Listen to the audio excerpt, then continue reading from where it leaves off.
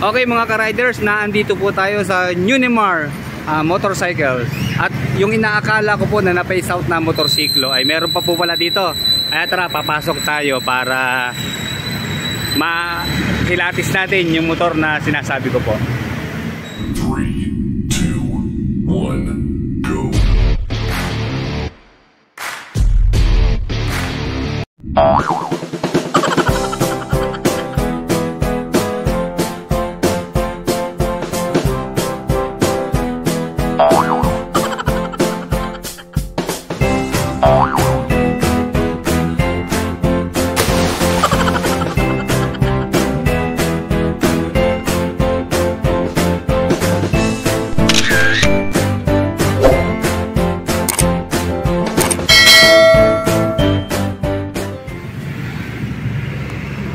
Okay, Sir Honard, Neymar morning. Okay. Mga abala po uli ha. Ito, nakita ko sir, available pala sa inyo ang Mio Soul. Akala ko i-phase out na to sir eh. Hindi, meron pa rin yan. Okay. Until now, may production pa rin ng Yamaha yan. Okay sir, bali model 2022 itong nandito sa inyo. Yes. Ano po? Okay, sige sir, excuse me muna at lalapitan ko lang po. Okay. Okay, ayan po mga ka-riders. Sariwang sariwa, bagong dating lang, kasi-deliver itong Yamaha Mio Soul i125S. Tatlo lang po ang available na kulay dito sa ating Mio Soul i125S. Ito po yung burgundy na kulay, parang maroon din. Meron din po silang black at meron din po silang green. Ayan. Then sa observation ko po, bukod tangi po itong Mio Soul na maraming kanto ang kanyang fairings. Ito po, nakadagdag angas po sa kanyang design. Ayan, mula po dito sa pinakamukha niya, mapapansin nyo, ito po, almost hindi natin mabilang yung kanto. Pero nakapogi naman po sa kanyang itsura. Mas mukhang astig. Hanggang dito po sa kanyang likuran. Ayan. Hindi siya boring tignan kasi ang dami po talagang mga lining. Okay? Then combine po siya ng burgundy at saka ng matte black. Okay, hanggang dito po sa kanyang front fender. Ayan, oh, di ba? Then ang angas din po ng pinakamuka ng kanyang handlebar. Okay, ito para may letter V dito, na V-shape ang dating. Then combine din ng matte black dito sa pinakagitna niya. Then ito meron siyang maliit na sticker dito na blue core. Ayan. Pag ang ating motor po ay blue core engine, of course, more power, less fuel siya. Then ito yung kanya naman pong pinaka-emblem sa gitna. Sa ilalim po yung model name na Soul. Then dito sa tagiliran o dito sa harap, ito meron po siyang nakalagay dito na sticker na Advanced LED. Then ito yung kanya namang isa pang emblem na i125S. Then isa pa rin pong emblem na nandito sa gawing likod. Ito, itong Soul na naka-chrome po siya, naka-emboss. Ayan, ang ganda po ng pagkakatikit. Okay, sa gulong po niya, bali IRC na tube type pa rin po siya na may sukat po na 80 by 80 by 14 dito sa kanyang front tire. Then sa kanyang mag wheels, size 14 po, kaya ito malaki rin po ito, mas kaganda pa po ito pag nagpalit pa tayo ng mas matabang gulong, di ba? Total medyo bulky naman po ang forma nitong Soul i125, kaya teterno po pag tayo nagpataba ng gulong. So ito, sa kanyang front suspension, naka-telescopic fork po, and then meron siyang single disc dito sa kanyang front brake. Okay, nandito tayo sa harap, kaya ito yung kanyang mga headlight po, ito mas maganda po pag twin eye ang kanyang headlight. Okay, tatandaan lagi natin, mas maganda po. Two is always better than one. Kaya ito, mas malapad, mas malawak po ang tapo ng kanyang liwanag. Then, ang kanya naman pong turning signal, nakabulb pa rin po. Okay, di ba? Parang robot ang itsura ng kanyang headlight, di ba? Angas natin talaga. Then, ito sa tail light. All bulb pa rin po ang ginamit mula dito sa turning signal at sa kanyang stoplight. Then ang gulong po dito sa likuran 100 by 70 by 14. Then single sided shock din po sa kanyang rear suspension at naka drum brake po ang kanyang rear brake. Then ito meron pa rin po siyang kickstart. Then ang maganda po meron pong kill switch ang kanyang side stand. Ayan. Okay, ito. Mapapansin nyo, meron siyang dalawang pocket, left and right.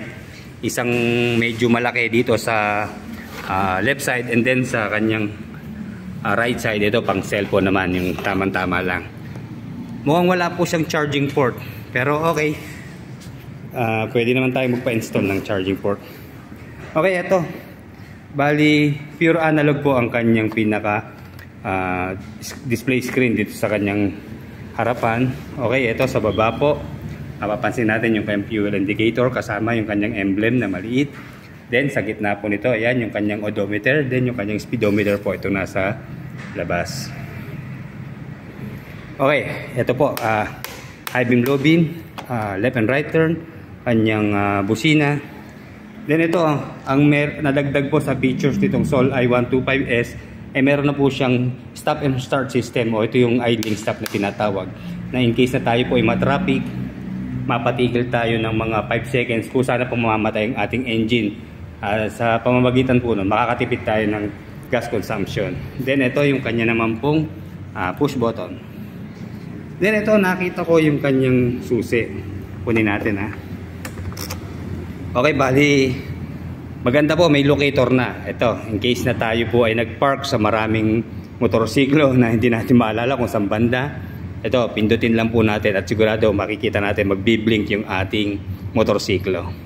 Then meron din po siyang shutter lock. Ito, in case na iiwanan nyo kung saan ang ating motorsiklo. Ito, ugaliin po natin na itago natin yung kanyang pinaka-susian po. Ayun. Ito pala. Dito natin pipihitin natin itong pinaka-button dito sa ilalim. Sa tabi ng ignition. Ayan. Then kung i-open natin ito. Tatapat lang natin. Ayun. So hindi siya basta-basta masususian po pag ito nilagay yung ganyan. Hanggat wala po tayong ganitong klaseng shutter lock na pang open. Then, i-check natin yung kanyang underseat compartment. Hindi ko po nakakakita ng U-box ng ng Sol I. Ayun, bukas na. Okay, medyo malalim naman siya pero sa tingin ko po, hindi po kakasya dito ang kahit anong helmet. Ano po, ewan ko lang, siguro yung half face baka pwede. Pero expect na natin kapag XL mo ang hindi po kakasya dito. Then meron po siyang 4.2 liters na fuel tank capacity. Then ang kanya naman pong fuel consumption ay nasa 46 kilometers per 1 liter. Then sa top speed, pwede po kaya nito hanggang 90 to 100 kph.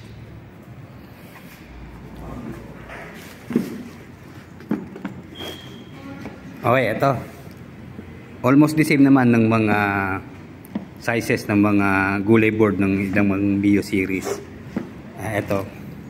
Meron pa rin naman pong space dito. May distansya. Hindi tayo dikit. Ano po? Lalo na siguro kung atras tayo. Ayan. Sa kanyang upuan. Ayan. Medyo maluwag pa. Pwede pa tayong maglagay ng isa pang bag dito. Then ito napansin ko medyo mataas po ang kanyang handlebar. So kanyang manibela. So ayan. Halos may space pa po. Hindi siya dumidikit sa ating hita. Ayan. Sa kanyang turning radius. Okay, malapad din po kagaya ng sa Mio Gear. Ito, halos pareho po siya ng figure dito sa harapan. Then sa side mirror, ayan, level lang siya, hindi siya masyadong mataas, tamang-tama lang yung kanyang position. Okay, ito naman po ang advantage na naka single sided shock lang po tayo. Mabilis po ang access natin sa gulong. In case na magpapalit po tayo ng gulong, ito mabilis lang natin siyang makakalas. Then sa kanya naman pong muffler, ito, naka carbon finish po ang kanyang heat guard. Then hanggang dito po sa ilalim ng pan cover niya, ayan, protected tayo. May plastic po na naka-cover dito sa kanyang elbow para iwas paso po tayo.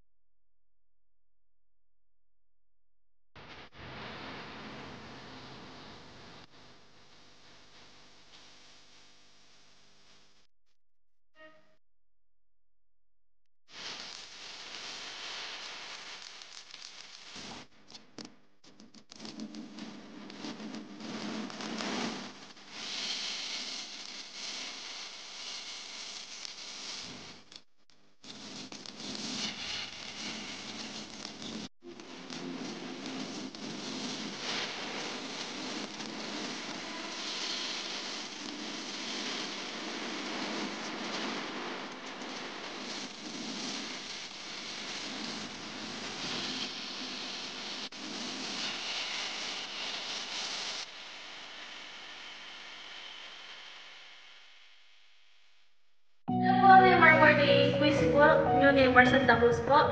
Ito po ang ating model na Mio Soul i125S.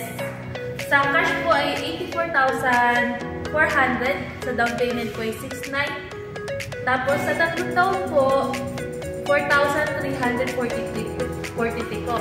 May rebate pa po tayong 200, 400 po. Less 200 po pag updated.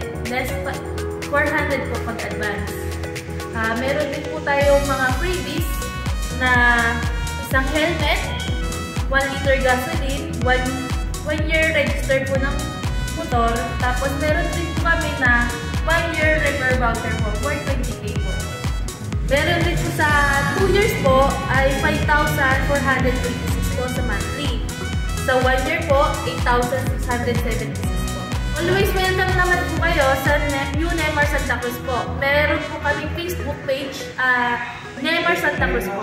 Sa mga interesado po, welcome po kayo dito sa New Neymar, dito sa Sitio, Bagong Anyo. Barangay Pagsawitan po. Meron po kami mga big bike, scooter, and electric bike, at mga pang-business model po. Salamat po!